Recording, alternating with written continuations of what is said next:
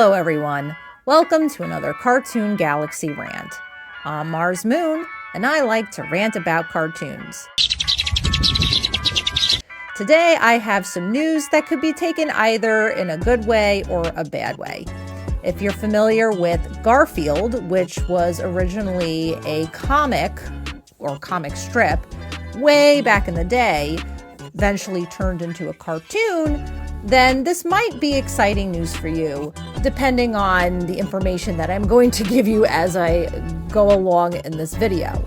So, if you are familiar with the first Garfield animation that was released, I believe sometime in the 90s, because I remember it when I was a kid, it was a 2D animation called Garfield and Friends. And it just featured the antics of Garfield and Odie.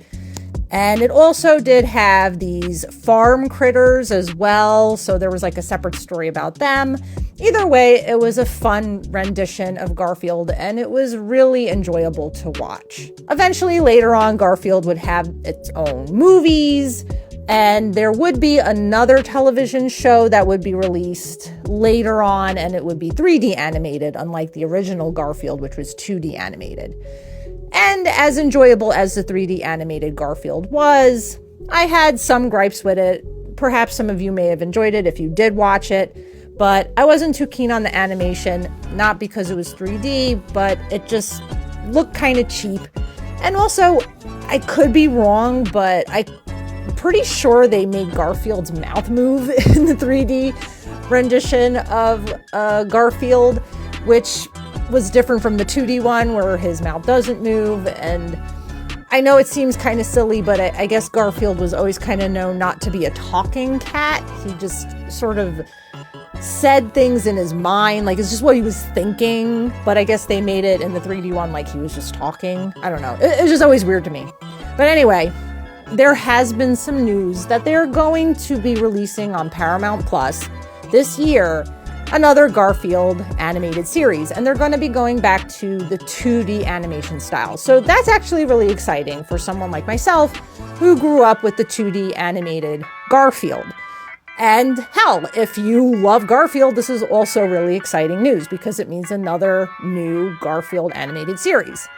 However, don't get too excited, folks. Because looking at the people behind the writing and all of that other stuff, I don't have good feelings. I'll be honest, I was originally very, very excited because, again, 2D animated Garfield sounds amazing. But once you take the layers away and start to see who's behind the scenes, there are things that bother me. So first and foremost, they are going to have a different voice actor. It is not going to be the original voice actor of Garfield, obviously. I believe the voice actor is Lamorne Morris. I hope I said his name correctly. You may be familiar with him in the show New Girl. I actually loved him in that show. He was hilarious. But I am curious as to how he's going to do Garfield. He definitely has a different cadence and different voice to the original. So, but I guess it can't be as bad as Chris Pratt, who did the voice of Garfield in the newer Garfield animated movie. So I guess it's a bit of an upgrade, but we'll have to see. However, that's not the thing actually that bothers me. The thing that bothers me is the writers. So, according to the article I read, the writers that are going to be behind the Garfield animated show, again, on Paramount Plus, is Dave H. Johnson and John Trabick III. So now, looking at these guys' resume, you would hope that they would have an extensive resume. They would actually have a lot of stuff on their plate. They've done a lot of things. It's not very extensive. It's not extensive at all. And that's what is alarming to me. So in terms of Dave H. Johnson, the only things that he is credited for working on is basically Middlemost Post, which is a show, I guess, that existed. I don't know much about it. Maybe you guys know about it. If you do, make sure to share in the comments. There may be one other thing, I think, on his filmography, but that's just about it. There's really not a lot that he's done. And when it comes to someone who doesn't have a lot of experience in something and they're going to be working on a show of a very popular character, I don't know how that's going to go down. The same goes for John Trabick III. Now, his resume is a little bigger. There's more to it, but still, in my opinion, not very impressive. In the article I read, actually, they try to boast about him. They're like, oh, he wrote for SpongeBob SquarePants and Middlemost Post.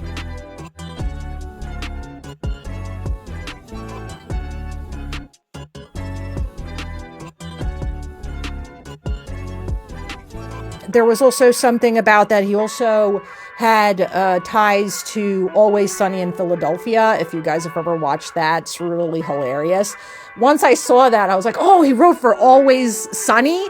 This is going to be funny Garfield. This is going to be great.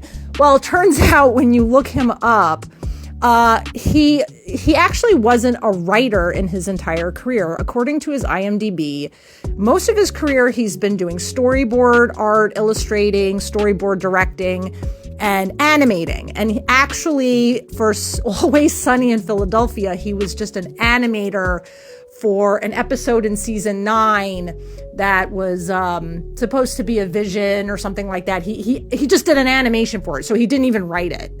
And he is the creator of Middlemost Post, so I guess that's something.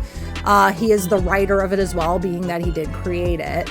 And the only other thing that he wrote for was like one episode of SpongeBob SquarePants, which is all the way within season 11, which, again, I don't find that impressive because earlier SpongeBob, the writing was brilliant. I don't know how well the writing was in season 11, but I do know from experience with cartoons that when you kind of get past season 4 and beyond, it's not always great. And looking at the episodes, I haven't even heard of them. So, but he wrote for this one episode, and that was it. Other than that, he did mostly storyboard stuff for SpongeBob. So if you do so happen to stumble upon the article that I read, it was actually on Cartoon Brew. They try to give him this impressive background, like, oh, he did SpongeBob, and oh, he did this thing, Middlemost Post. So we will see what happens. I don't know the exact date of the release of this Garfield show. When I do have a date for it, I'll make sure to post it in my community posts, or maybe I'll make a follow-up video. We'll see. But either way, I'll let you guys know. Let me know what you guys think about this. Leave your comments below. As always, I like to hear what you guys have to share. And yeah, thanks for watching, and take care, and peace out.